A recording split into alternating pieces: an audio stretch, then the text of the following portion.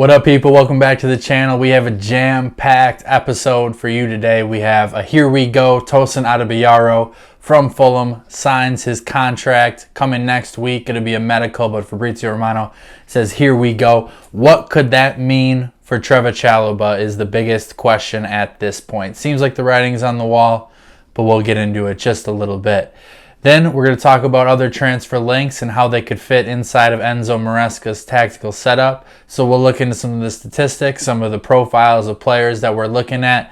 We have Olise, Somerville, and a sneaky center back, left back, kind of possible inverted player, Riccardo Calafiori from Bologna. He is one that is thought of highly at Chelsea according to reports.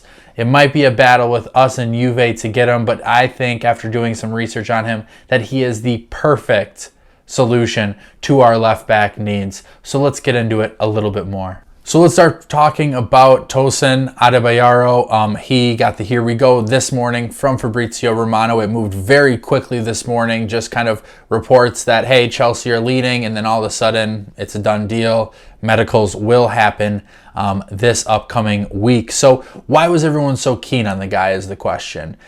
First of all, financially, it makes so much sense. Coming in on a free contract, obviously that'll just have a little boost in wages. He was around $40K last year at Fulham, a right-sided center back in the Fulham team. And what you really like about him is his height. His just physical stature is such a big thing. And it's something that Chelsea don't necessarily have in droves, so to speak, in the back. So you have a guy that can win airily. He came from Manchester City's academy, so he is thought of to have a kind of a baseline level of technical ability, playing out of the back, having good footwork. So when you saw him at Fulham last year, you saw him as this physically, imposing guy in the box. So when you're talking about crosses, headers in the offense and defensive box, he's a guy that you're going to look for.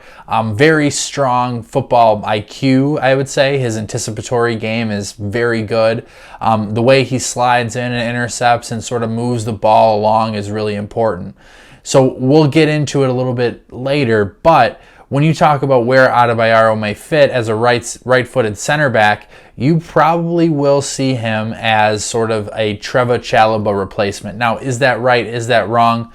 I'm not the one to say that, but if you're looking from a pure financial standpoint, getting 25 million of pure profit for Trev and getting no really financial burden from bringing Adarabioyo except the wages, you've probably just given yourself about 23 million pounds this window to use on different targets that we'll talk about in a little bit, like Olise, Somerville, maybe Calafirori from Bologna is a guy that I like and we'll talk about. But this opens a lot of windows, and I think it makes a lot of sense for Chelsea. So where will he play in the build-up process? If you sort of saw where Connor Cody played at Leicester, sort of popping out to that right-handed channel and build up, he'll probably be best suited there.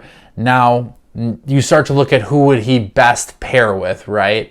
As a right-sided center back, you probably want Levi Colwill as a left-sided center back. People have mentioned him playing left back. I don't think that's really in the cards, to be honest with you, because he's so good as a left-sided center back. And then you have two guys there now that are both tall, very good on the ball, young, but Adarabioyo has experience. Colwill has experience in the Premier League at this point. So now you start to say, now our stable is Colwill, Adarabioyo, Badiashile, Disasi, and then Fofana is that wild card. So when I look at those players, I say, wow, okay, if Fofana is healthy, you may be in a point in December, which you're going to have to give it time.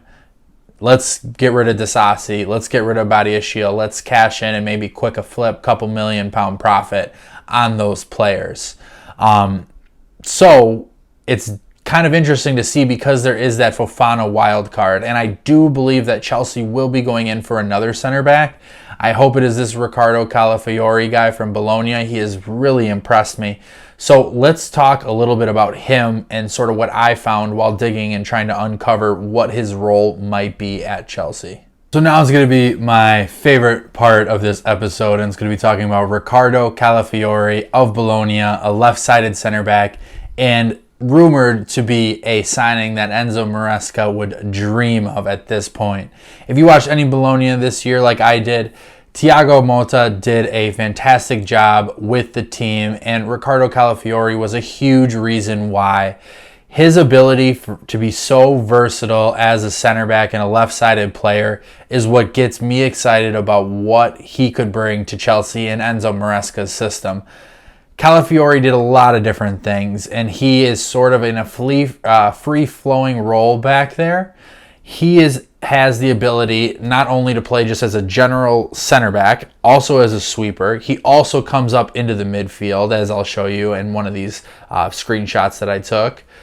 But he's also so cool and calm with the ball that there is something in him, somebody that we necessarily have been watching for a while. He's not like an Alphonso Davies, so to speak, but he is technically gifted enough to be able to be in these left-handed channels, work on the midfield in the build-up process, fit in that box midfield that Maresca likes to do. And he has some ability when it comes to like getting into these attacking spaces as well. He's not shy to take a shot. He's not shy to get into the box. He scored a lovely goal against Juventus at the end of the year. He had 2 goals that match, and one of them was him just kind of lurking around the box and eventually using his left foot and popping it in the corner. I mean, he offers so much, and he is 22 million euros. It's going to be tough because Juventus is going after this player, but he is somebody that I really enjoy watching. A couple clips playing here as I'm speaking, and then you start to look at his his statistics, right? And you can see that here. He's 91st percentile in aerial duels, progressive carries, 85 percentile in passes completed. He's not so much of a progressive passer, but he is that sort of linchpin in the middle of the build-up and sort of offers enough technical ability to move the play up the field and still give you a lot of good defensive structure at that point, because if you lose the ball, you still have another person there, and then you slide over the rest of the center backs, and you have cover for that center back. So you would have Calafiori and Moises Caicedo more than likely back there, or Enzo Fernandez. I don't know how people feel about that, but gives cover to the back line. You have another guy in the build-up. There really is nothing wrong, but the profile of player is just so important. Like I've said, he needs to be technically sound. That's one of the biggest things, is his technical ability, because there's going to be bodies crashing down him. Okay, does he have a tight dribble? Calafiori does that, as well as I've seen, quite a few people do in that position. So it's a unique role, and I think a lot of younger youth teams are sort of training their players to be positionally versatile in that sense. So he doesn't look out of sorts in that. Now, he doesn't do it as much as, say, a Ricardo Pereira would do it for Leicester, where it would be consistently every possession. There are times, and then in the build-up, where Calafiori sort of stays back and plays a traditional center back role. But there are times where he sort of sees opportunistic space and sort of makes his way up a little bit closer, where, like I said, he has the ability to get a shot on goal, make a decisive pass. And I just think he's a good target. He's cheap. He's available. Bologna might not want to get rid of him, but you have seen in a quote from Riccardo Calafiori that he does kind of want to go to a club like West Ham or Chelsea. So if Chelsea can do this and it's cheap, you can get a really, really good player into that left back position, which I know Chelsea is going to want to address this summer. And he gives positional versatility. He could play a left-sided center back as well as a traditional inverted left back. So that's Riccardo Calafiori. We're going to talk a little bit more about some transfer targets that were rumored today by Fabrizio Romano and others. Let's get into that. So when Fabrizio Romano says earlier this week that Chelsea is going to be really active in this market, what does that mean?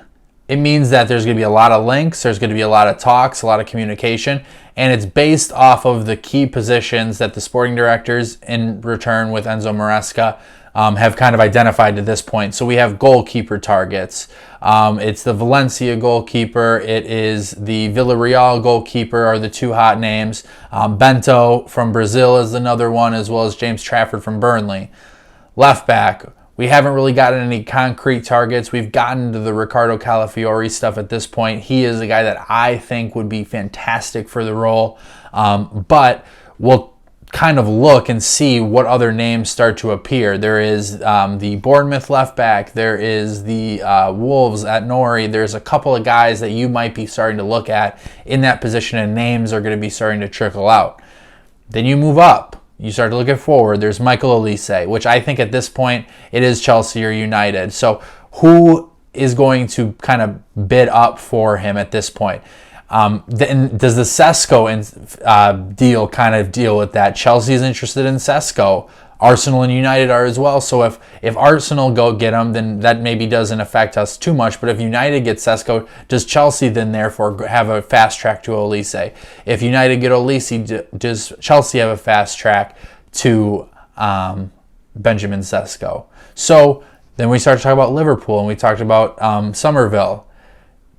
Liverpool and Chelsea are the rumored top spots, and Fabrizio Romano is saying this stuff all today. So there's a lot of stuff going on, and it's going on quick. The Euros are coming up. Most of these players aren't in the Euros. Somerville, I think, is with the Dutch team maybe. Then Olise is not with the French team. The left back is with the Italian team. But there's some weird timing things, and you want to get these players in soon enough so Maresca can have time with them to sort of implement their tactics. So I'm not going to go into each one of these players and how they are going to fit tactically in the system, because most of these guys that you've already seen, right? It's hard not to envision Olise in this system, cutting in, linking up with Nkunku, linking up with Reece James, linking up with Malo Gusto, and sort of seeing that evolve. But you can also say the same thing about the left back. I showed you earlier in the video, the left back inverts, right? So in this instance, it's going to be the right or it's going to be the left. It could be one or either actually at the time. So you might want to have a little versatility in saying, I have Reece James, I have a left back on the field. I can kind of, first half, this is just a bad example, but first half I can have Reece James invert. Second half I can have the left back invert. And you can keep it kind of fluid like that to keep teams off, their toes. So when we start to look at this, it's a very fluid moving system, and we're going to talk about this in videos to come, and we're going to sort of break down a little bit more of the targets at each spot and kind of figure out which one of these guys is going to be the best fit in our opinion, and then obviously what Chelsea do, and then we'll cover who they actually get. But we're going to be talking a lot of tactics on this channel. We're going to be talking a lot of sort of philosophies and player identities, and sort of talking about, with this young wave of talent coming into Chelsea, and it's continually not going to stop, so there's going to be plenty of content for us to talk to.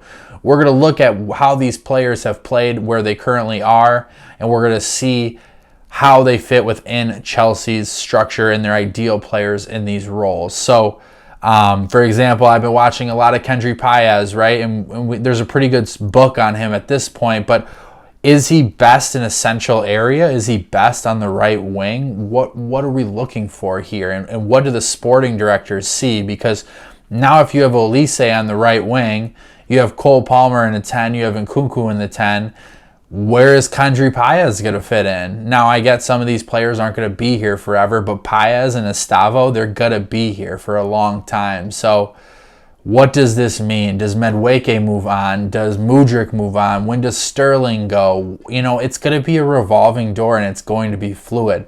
But I think what the goal here is that if you can get a long-term manager to sort of fit their ideas in and work with the sporting directors, you're going to see finally what the sporting directors are looking for in these positions. So then once you have that built-in chemistry, that built-in system, and you know what it is, then we can start properly looking at transfer targets and sort of filling in those pieces, right? Looking at some similar characteristics, some similar playing styles, some where they have done it before and where they might be able to see a little bit of glimmer of, oh, this could work in this area. So it's going to be interesting to look at this. I want to thank you all for watching this video. Please go ahead and give a thumbs up and subscribe. If there's any particular players that you want me to take a look at and sort of talk about where they may fit tactically, let's go ahead and do it. Drop it in the comments. Follow me on Twitter at CFCDP1. Thank you. Have a good night.